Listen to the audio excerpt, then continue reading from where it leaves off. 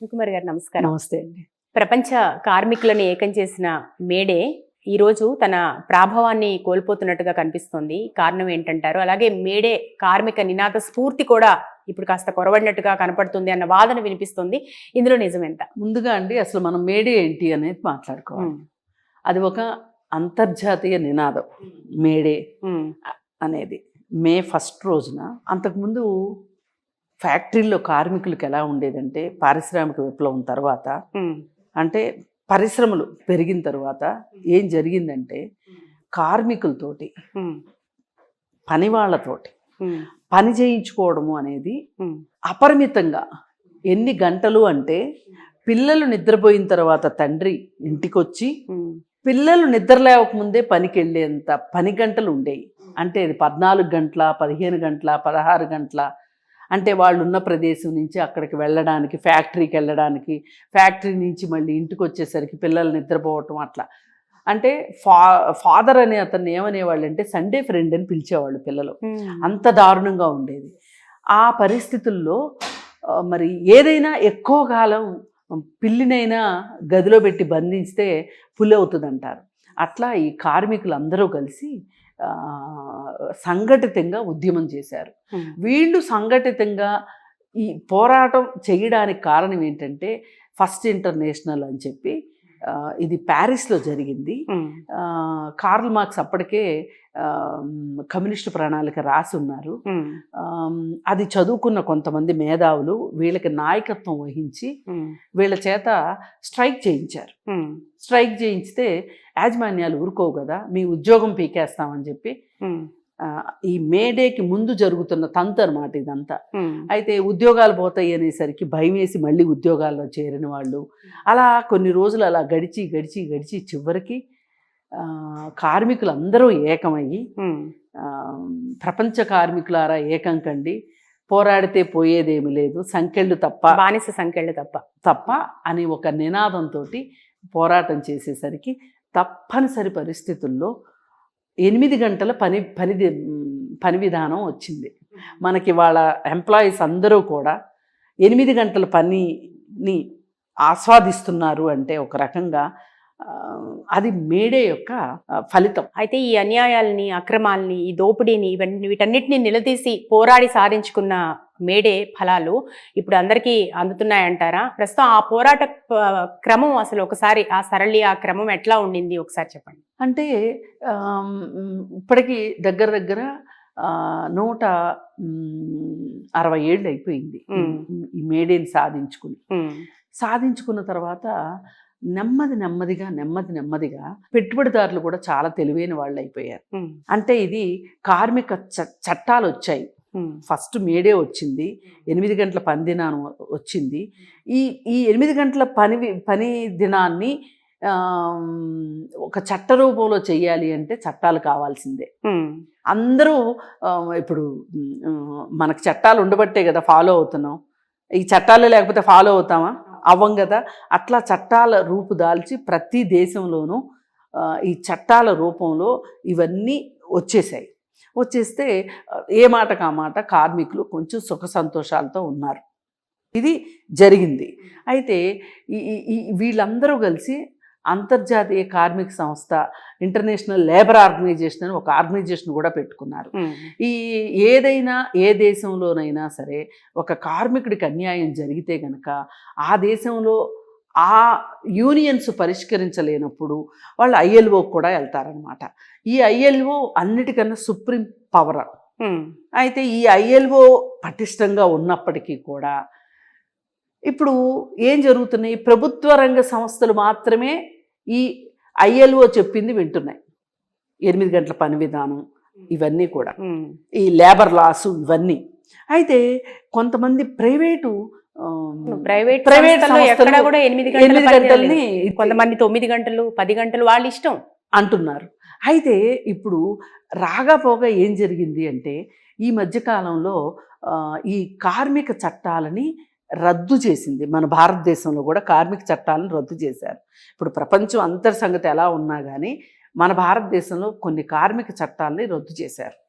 రద్దు చేసి ఇప్పుడు ఈ కార్మిక చట్టాల వల్ల పని గంటలు ఒకటే కాదు, వాళ్ళకి వేతనాల్ని ఎప్పటికప్పుడు ఈ ద్రవ్యోల్బణానికి అంటే ఇన్ఫ్లేషన్ ప్రకారం ధరలు పెరుగుతున్న దాని ప్రకారం వాళ్ళకి డిఏ ఇవ్వాలి అనే ఒక నిబంధన కూడా ఈ చట్టంలో ఉంది.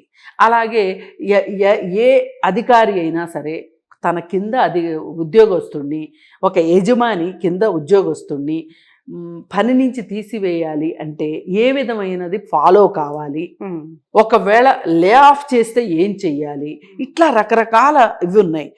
వీటన్నిటిని తీసుకెళ్ళి కట్టగట్టేసేసి బంగాళాఖాతంలో పడేసినట్లు ఒక రైము రిధము లేకోకుండా మా ఇష్టం అనేలాగా ఇవాళ మన భారతదేశంలో చాలా చోట్ల తయారైంది. ఈ తయారైన దానిలో భాగంగా చూసుకుంటే గనక ఇప్పుడు చాలామంది పోరాడారు ఈ కార్మిక చట్టాలను రద్దు చేసిన దానికోసం. పోరాడినా కానీ వీళ్ళ బలం సరిపోవట్లేదు.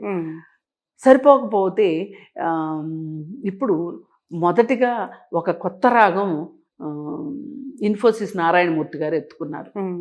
వారానికి 72 గంటలు పనిచేయండి అని ఆయన మొదలెట్టారు.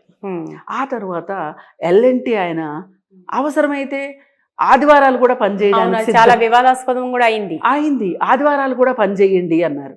ఇంకొకళ్ళు వచ్చేసేసి అవును పని చెయ్యకపోతే ఎట్లా, మీరు ఈ దేశ ప్రగతిలో భాగం కావాలి అంటే జీడిపిని పెంచే దాంట్లో మీ కృషి కావాలి అనుకుంటే అసలు మీకు దేశభక్తి ఉంటే మీరు పని ఎక్కువ చెయ్యండి అనేదాకా అనగలిగే స్వేచ్ఛ వచ్చేసింది. అంటే అనగలిగే అధికారాన్ని వాళ్ళు సంపాదించుకున్నారు. ఒక పక్కన కార్మికుల స్వేచ్ఛ ఏమైపోయింది, వాళ్ళ హక్కులు ఏమైపోయినాయి, అసలు ఈ పోరాటాల ఫలితం ఏంటి, ఇవన్నీ పోయి ఇలా మాట్లాడడం మొదలెట్టారు. సరే నేనంటాను, అసలు అలా పని చేయడం తప్ప ఒప్ప అనేది కాసేపు పక్కన పెడితే ఈ పని ఎవరి కోసం చేస్తున్నాం? ఇప్పుడు ఇన్ఫోసిస్లో నేను 72 గంటలు పనిచేశా, నాకు జీతమే వస్తుంది. నేను చేసిన అదనపు పని గంటల వల్ల వచ్చే ఉత్పత్తి ఎవరు తీసుకుంటారు? అంతే, పెట్టుబడిదారులు. ఆయన తీసుకుంటాడు, యజమాని తీసుకుంటాడు. ఎల్ఎన్టీలో నేను ఎక్కువ పని చేస్తే ఎల్ఎన్టీకి లాభాలు వస్తాయి, నాకేంటి? పోనీ ఇవేమన్నా ప్రభుత్వ రంగ సంస్థలు అయ్యి ఉంటే, ప్రైవేట్ సంస్థలు కాకుండా ఈ దేశం కోసం మీరు కష్టపడండి అంటే కూడా అది ఒక విధానం. ఒక ప్రైవేటు వ్యక్తికి లాభం చేయడం కోసం నేను నా ఒళ్ళు హోనం చేసుకుని ఒళ్ళు గుల్ల చేసుకుని నేను పనిచేయాల్సిన అవసరం ఏంటి? ఆ రోజు పని గంటలు ఎక్కువ ఉంటున్నాయనే కదా ఒక ఫాదర్ అనేవాడు సండే ఫ్రెండ్ అన్నది. మరి ఇవాళ ఏంటి పరిస్థితి? మనం ఎంతో కష్టపడి చాలా సంస్థల్లో శనివారం ఆదివారం 5 రోజులు పని విధానం పని దినాలు ఉన్నాయి మనకిప్పుడు. అది కాస్త పోయి ఇప్పుడు అంటే కొన్ని 6 రోజులు పనిచేసేవి ఉన్నాయి. ఇప్పుడు వీళ్ళు 7 రోజులు పనిచేయమంటున్నారు. అంటే సండే ఫ్రెండ్గా కూడా ఉండే అవసరం లేదా ఒక ఫాదరు? వేరే ఇంకొక మాట, ఇప్పుడు ఒక భర్తకే ఇన్ని గంటలు పని ఉంటే భార్యకు కూడా, ఇప్పుడు భార్యాభర్తలు ఇద్దరు పనిచేస్తున్నారు, భార్యకు కూడా అంత పని ఉన్నప్పుడు వీళ్ళిద్దరూ ఇలా రెక్కలు ముక్కలు చేసుకుంటా ఆఫీసుల్లో వాళ్ళ కోసం యజమానుల కోసం పనులు చేస్తూ ఉంటే వీళ్ళకి పుట్టిన పిల్లల సంగతి ఏంటి? కుటుంబ పరిస్థితి ఏంటి? ఇంకో మాట, ఇది ప్రభుత్వం కోసం పనిచేస్తున్నావా ప్రైవేట్ కోసం పనిచేస్తున్నావా అనేది కాసేపు చర్చ పక్కన పెడితే, ఒక వ్యక్తి ఆరోగ్యకరంగా ఉండాలి అంటే శారీరకంగా కానీ మానసికంగా కానీ పని చేయగలిగిన సామర్థ్యం ఉండాలి అంటే రెస్ట్ ఉండాలి, వారికంటూ తగిన సమయం ఉండాలి. ఇది WHO చెప్పింది. అంటే ఇప్పుడు మీకు అంతర్జాతీయ సంస్థలతో పని లేదు, వాళ్ళు చెప్పిన మాట మీరు వినరు, ILOతో మీకు పని లేదు, అంతర్జాతీయ కార్మిక హక్కులతో మీకు పని లేదు, మళ్ళీ తిరిగి బానిస సంఖ్యలే.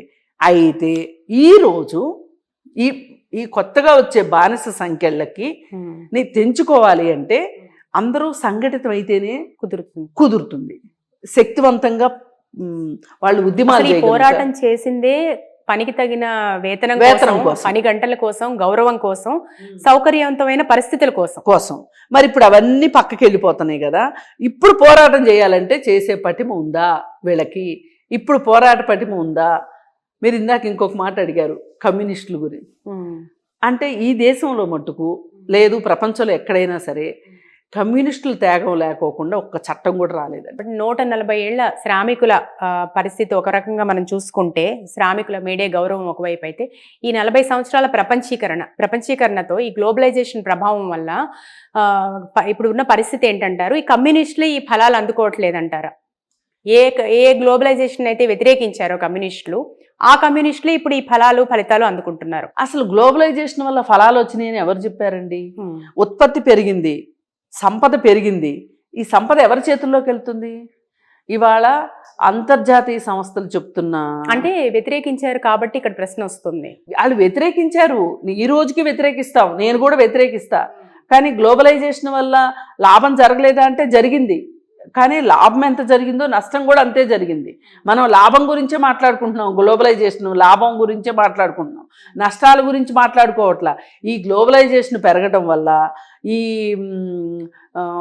ఒక ఎగ్జాంపుల్ చెప్తాను. అడవుల్ని ఎక్కువ నరికేస్తున్నారు, ఇది పర్యావరణం మీద పడుతుంది. ఇప్పుడు గ్లోబలైజేషన్ వల్ల నాకు లాభాలు వస్తున్నాయి, కాదనట్లేదు. అడవులు పోతే ఏం జరుగుతుంది? మనకు ఆక్సిజన్ తగ్గుతుంది. ఇప్పుడు ఢిల్లీ లాంటి చోట ఆక్సిజన్ ట్యాంకులు పెట్టుకుని తిరుగుతున్నారు. ఈ ఆక్సిజన్ ట్యాంకుల్ని ఎంతమంది ఎఫర్ట్ చేయగలుగుతారు? అందరూ ఎఫర్ట్ చేయలేరు కదా. ప్రకృతి విధ్వంసం జరిగితే దాని దుష్పరిణామం అందరి మీద ఉంటుంది, కానీ కొందరు మాత్రమే దాని నుంచి రక్షించుకోగలుగుతారు. అందుకని ఏంటంటే గ్లోబలైజేషన్ వల్ల కమ్యూనిస్టులు లాభపడ్డారా నష్టపడ్డారా అనే కన్నా ప్రపంచం నష్టపోతుంది. దాన్ని మనం వ్యతిరేకిద్దాం. గ్లోబలైజేషన్ని నుంచి, దుష్పరిణామాల నుంచి మనం ఎలా బయటపడాలి అనేది ఆలోచించాలి. ఎలా బయటపడతాము అంటే పెట్టుబడిదారుల యొక్క ధనదాహం తగ్గించుకుంటే, ఇప్పుడు ఒక పొల్యూషన్ వస్తుందండి ఒక ఫ్యాక్టరీ వల్ల, ఆ పొల్యూషన్ కంట్రోల్ చెయ్యాలి అంటే గనక పొల్యూషన్ కంట్రోల్ బోర్డు ఒకటి ఉంటుంది. బోర్డు వాళ్ళు ఒక మనిషిని పంపిస్తారు. వాళ్ళు ఆ పెట్టుబడిదారుడు అతన్ని ఏం చేస్తారు అంటే అతనికి డబ్బాసి చూపించి ఇక్కడ పొల్యూషన్ ఏమీ లేదని రాస్తారు.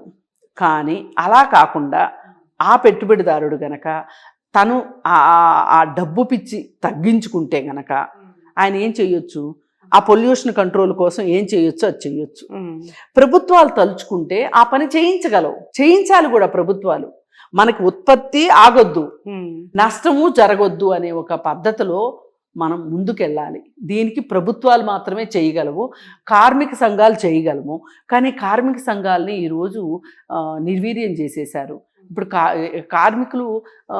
కార్మిక సంఘాలు ఏం మాట్లాడతాయి? అసలు మీరు యూనియన్లు పెట్టడానికి వీల్లేదు అని ఒక నిబంధన తీసుకొచ్చారు. ఇప్పుడు యూనియన్ పెట్టకపోతే చట్టాల గురించి మాట్లాడేది ఎవరు? ఒక్కరొక్కరు వెళ్ళి మాట్లాడితే అవుతుందా? అవును, ఇప్పుడు ఎక్కడా కనిపించట్లేదు. గతంలో కొన్ని సంఘాలు తమ ఉనికిని ఎర్రజెండాతోనే చాటేవి, కానీ ఇప్పుడు ఈ పార్టీల నియంత్రణ వల్ల అసలు ఎక్కడా అట్లాంటి పరిస్థితి కనిపించట్లేదు. ఇది ఎంత ఎక్కువ నిర్బంధం పెరిగితే అన్ని విప్లవాలు వస్తాయి. అందుకని ఇంకొక మేడే కోసం ఎదురు చూడాల్సిన పరిస్థితి ఈరోజు వచ్చింది. ఈ పని గంటలు ఎక్కువ చెయ్యాలి అనే దాని దగ్గరే మనకు అర్థమైపోయింది ఇంకొక మేడే అవసరము అని. అందుకని ఈ పెట్టుబడిదారులు ఒళ్ళు దగ్గర పెట్టుకొని ఈ వ్యవస్థలు ఇలా కాపాడుకుంటారా, లేకపోతే వాళ్ళ ధనదాహానికి వాళ్ళ స్వార్థానికి వాళ్ళు ఇంకొంచెం నిర్బంధాలు ఎక్కువ పెట్టి ఉద్యమాలు వచ్చేటట్లు చేసుకుంటారనేది వాళ్ళ చేతుల్లో ఉంటుంది. కార్మికులు అయితే మట్టుకు భరిస్తారు. ఒక స్థాయి దాటింది అని అంటే గనక, వేధింపులు ఎక్కువైనవి అంటే గనక తిరుగుపడతారు. ఎవరైనా తిరుగుపడతారు. ఇప్పుడు పిల్లిని గదిలో పెడితే తిరగబడుతుందని చెప్పినట్లే కార్మికులు కూడా ఎన్ని రోజులని ఓర్చుకుంటారు? ఈ పోరాటాలు ఉద్యమాలు వచ్చినవే తిరుగుబాటు నుంచి మళ్ళీ వస్తాయి, మళ్ళీ పోరాటాలు వస్తాయి, మళ్ళీ ఉద్యమాలు వస్తాయి. ఆ వచ్చిన రోజున మట్టుకు ఇంతకుముందు ఎట్లయితే మీరు ఓడిపోయారో మళ్ళీ ఓడిపోక తప్పదు. ఇవాళ 99% సంపద ఒకళ్ళ చేతిలో ఉంటే 1% సంపద 99 మంది చేతిలో ఉంటుంది. ఇది నేను చెప్పింది కాదు, ప్రపంచ సంస్థలు చెప్తున్నాయి. ఈరోజు 90% మంది వ్యక్తులు మన భారతదేశంలో ఉద్యోగస్తులు ఫస్ట్ తారీఖు రోజున జీతం వస్తా రాదా అని ఒక భయంతో ఉన్నారు, ఒక నమ్మకం లేకుండా ఉన్నారు అనేది సర్వేలు చెప్తున్నాయి. నేను చెప్పే సర్వే కాదు ఇది, ILO చెప్తుంది ఈ మాట. ILO చెప్తుంది, ఇంటర్నేషనల్ లేబర్ ఆర్గనైజేషన్ చెప్తుంది ఈ మాట. అంటే ఉద్యోగ భద్రత లేదు, ఉద్యోగం ఉన్నా కానీ వేతనం సరిగా టైంకి పడుతుందా లేదా అనేది. దాదాపు చాలా మంది పరిస్థితి ఇలాగే ఉంది. ఇలాగే ఉంది. ప్రైవేట్ ఉద్యోగమా ప్రభుత్వ ఉద్యోగమా అనేది సంబంధం లేదు. కొంతమంది గవర్నమెంట్ ఉద్యోగస్తులు కూడా కొన్ని రాష్ట్రాల్లో 10వ తారీఖు వరకు జీతాలు పడట్లేదు. సంఘటిత కార్మికులు తక్కువైపోతున్నారు, అసంఘటిత కార్మికులు ఎక్కువైపోతున్నారు. వాళ్ళకి ఏ హక్కులు ఉండట్లేదు, ఏ చట్టాలు పనిచేయట్లేదు వాళ్ళ దగ్గర. అందుకని ఇలాంటి పరిస్థితుల్లో నా దృష్టిలో ఈ మేడే సందర్భంగా నేను ఆకాంక్షిస్తుంది ఏంటి అంటే, ఇంకొక మేడే అవసరము ఈ ప్రపంచానికి. ఓకే. ఒకప్పుడు భారతదేశంలో కమ్యూనిస్టు ఉద్యమాలు బలంగా ఉండేవి. ఇప్పుడు ఆ ప్రభావం ఏం కనిపించట్లేదు. ఉద్యమాలు ఎక్కడా లేవు. అలాగే చట్టసభల్లో కూడా వేళ్లతో లెక్కబెట్టే పరిస్థితి. ఎందుకని అంటారు? కారణం ఏంటి? ఇప్పుడు ఎన్నికల్లో డబ్బు పెరిగిపోయిందండి. ఒక్కొక్క కాన్స్టిట్యున్సీ ఒక ఎమ్మెల్యే కనీసం 50 కోట్లు ఖర్చు పెట్టాల్సి వస్తుంది. మరి 50 కోట్లు ఖర్చు పెట్టగలిగే డబ్బులు కమ్యూనిస్టుల నాయకుల దగ్గర ఎక్కడ ఉంటాయి చెప్పండి? మేము ఏదైనా ప్రభుత్వానికి సహకరించగలమే కానీ ప్రభుత్వం ఏర్పడేదానికి మేము నిర్ణాయక శక్తిగా ఉండలేని పరిస్థితి వచ్చింది. ఆ రావడం దీనివల్ల ఈ పరిస్థితి ఎందుకు వచ్చిందంటే, ప్రజలు మాకు ఓట్లు వేయకపోవటం వల్లే వచ్చింది. ఇప్పుడు ఈ భారతదేశంలో వచ్చిన చట్టాలు, ఏ చట్టం చూసుకున్నా కమ్యూనిస్ట్ పార్టీల యొక్క ఉద్యమాల ఫలితమే ఏ చట్టం వచ్చినా సరే. ఇవాళ పనికి ఆహార పథకం వచ్చింది. ఇవాళ అసంఘటిత కార్మికుల గురించి కావచ్చు, లేకపోతే ఏ పని లేని వాళ్ళ కోసం పనికి ఆహార పథకం వచ్చింది. ఈ పనికి ఆహార పథకాన్ని తీసుకొచ్చింది యూపీఏ గవర్నమెంట్ ఉన్నప్పుడు, సోనియా గాంధీ గవర్నమెంట్ ఉన్నప్పుడు, మన్మోహన్ సింగ్ గారి గవర్నమెంట్లో కమ్యూనిస్టులే ఆ బిల్లు పెట్టడానికి సీరియస్గా పనిచేశారు. అప్పుడు మా పొత్తు అవసరం కాబట్టి, మాకున్న ఎంపీల అవసరం కాబట్టి వాళ్ళు కూడా ఒప్పుకున్నారు. దీని మీద ఒక ఇంటర్నేషనల్ రీసెర్చ్ చెప్పింది ఏంటి అంటే, అసలు భారతదేశంలో పనికాహార పథకం అనే ఒక పథకం ఉండడం వల్లనే ఇక్కడ ఆకలి చావులు చాలా వరకు నిరోధించగలిగారు, పేదరికాన్ని ఎంతో కొంత నిర్మూలించగలిగారు అని చెప్పి వచ్చింది. మరి అంత అద్భుతమైన పథకాన్ని పథకరచన చేసింది కమ్యూనిస్టులే మరి. కానీ ఇవన్నీ ఇప్పుడు మాకేమీ ఛానల్స్ ఉండవు, మమ్మల్ని వచ్చి అడిగే వాళ్ళు ఉండరు, అందుకని చెప్పి మేము చెప్పలేకపోతున్నాం. ఇప్పుడు స్త్రీలకు హక్కులు వచ్చినాయి అంటే కమ్యూనిస్టుల ఉద్యమ ఫలితమే. అసలు మహిళా రిజర్వేషన్ బిల్లుని ప్రతిపాదించిందే కమ్యూనిస్టులు. గీతా ముఖర్జీ గారు అని చెప్పి ఒక ఎంపీ, ఆవిడ దాదాపు దేశమంతా తిరిగి ఆవిడ ఆ బిల్లు కోసం అని చెప్పి ఆవిడ ముసాయిదా బిల్లుని పార్లమెంట్లో ప్రవేశపెట్టిందే ఆవిడ చనిపోయింది. ఇప్పటి వరకు దిక్కు దివాణం లేదు ఆ బిల్లుకి. ఆ బిల్లుకు ఎన్నో బిల్లులు పాస్ అవుతున్నాయి, కానీ మహిళా బిల్లు మట్టుకు పాస్ కావట్లేదు. దానికి మళ్ళీ ఇంకొక 20 ఏళ్ళన్నా పట్టుద్ది అన్నట్లుగా చెప్తున్నారు. మొన్న వీళ్ళేదో కొంచెం మొసలి కన్నీరు గారుస్తూ మహిళల పట్ల ఏదో గౌరవం ఉన్నట్లు బీజేపీ వాళ్ళు. ఏది ఏమైనప్పటికీనండి, ఏ చట్టం వచ్చినా సరే ఉద్యమాల ద్వారానే వచ్చింది. ఆ ఉద్యమాలకు నాయకత్వం వహించింది కమ్యూనిస్ట్ పార్టీలే. ఇప్పుడు కూడా అవసరమైతే కమ్యూనిస్ట్ పార్టీలే ఏమైనా ఈ దేశాన్ని చేయగలరు. అయితే కమ్యూనిస్టులకి పూర్వ వైభవం మళ్ళీ వస్తుందంటారా? 50 ఏళ్ల క్రితం చీలిపోయిన కమ్యూనిస్టులు ఒక తాటిపైన మళ్ళీ నడిచే పరిస్థితి వస్తుంది? ఇప్పుడు అలాంటి వాతావరణం వస్తుంది.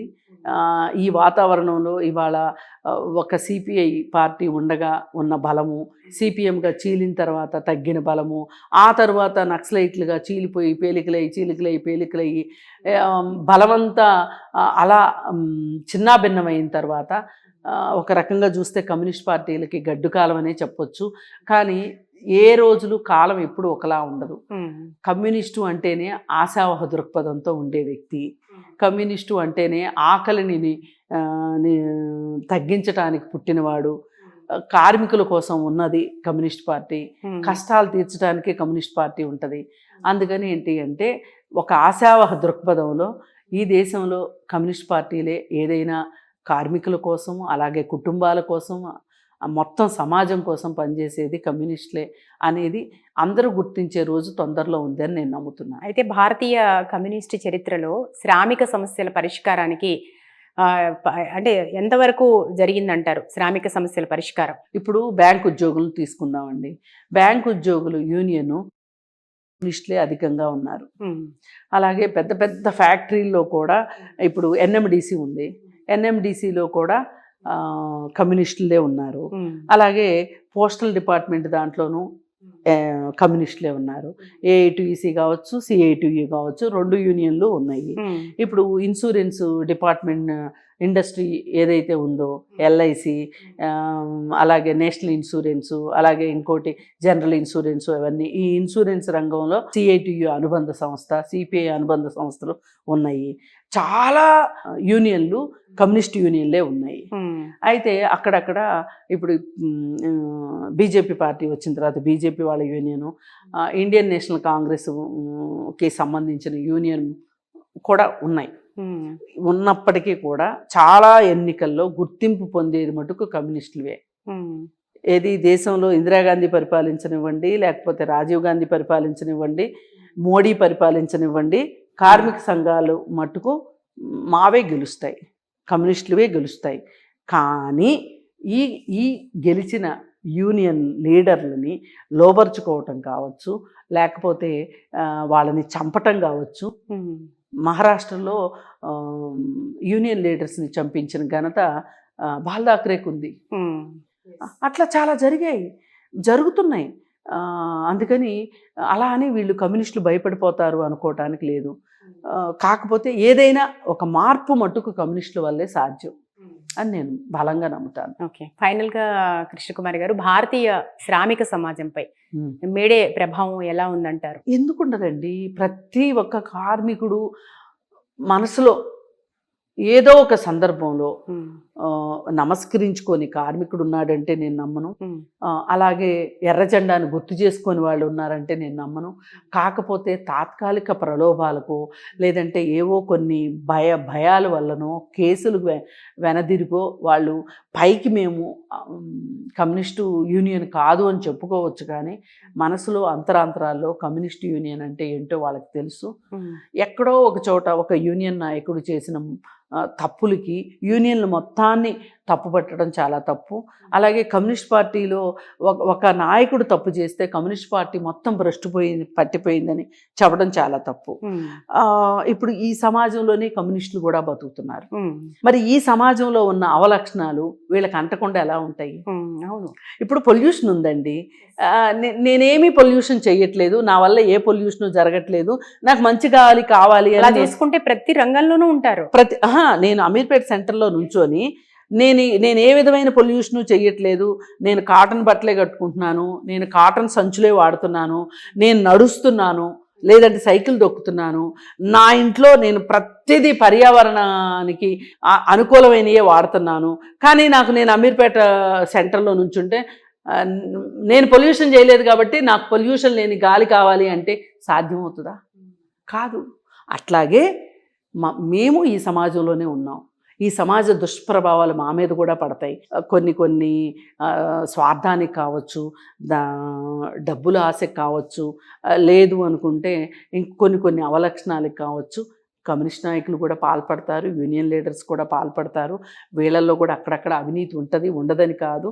కానీ ఓవరాల్గా మట్టుకు ఒకటే మనం చెప్పుకోదలుచుకుంటే, ఈ ప్రజల కోసం, ఈ శ్రామికుల కోసం పనిచేసేది మట్టు కమ్యూనిస్టులే. సో మొత్తం మీద బలమైన కార్మిక పోరాటాలని మేడే నిర్మించగలిగింది అంటారు. నిర్మించగలిగింది. ఇప్పుడు మళ్ళీ రెండో మేడే కావాల్సిన పరిస్థితి వాళ్ళ భారతదేశంలో ఉంది అని నేను నమ్ముతున్నాను. తప్పకుండా అండి. అంటే శ్రమని మనం అందరం గుర్తించాలి. ఒక తోడికోడళ్ళు సినిమాలో ఒక పాట ఉంది, మీకు తెలిసే ఉంటుంది, కారులో షికారు పాలబుగ్గల చీర కట్టుకున్నావు, ఇంత మంచి చీర ఎలా వచ్చింది అంటే చిరుగు చాపల బడుగు బ్రతుకుల నేతగాళ్లే నేసినారు, చాకిరి ఒకరిది సౌఖ్యం ఒకరిది తెలుసుకో. సో అది ఎప్పుడు తెలుసుకొని ఉండాలి మనం అందరం కూడా. సో తప్పకుండా మనం ఆశించిన మంచి రోజులు కార్మికులకి రావాలని ఆశిస్తూ చాలా చక్కగా మీ మనస్ఫూర్తిగా మీ తెలియజేసినందుకు మేడే ఇంపార్టెన్స్ని థ్యాంక్ యూ సో మచ్. అలాగే అందరికీ, కార్మికులు అయినప్పటికీ కార్మికులు కానప్పటికీ పనిచేసే ప్రతి ఒక్కరికి నేను మేడే శుభాకాంక్షలు తెలియజేస్తాను. ఓకే అండి.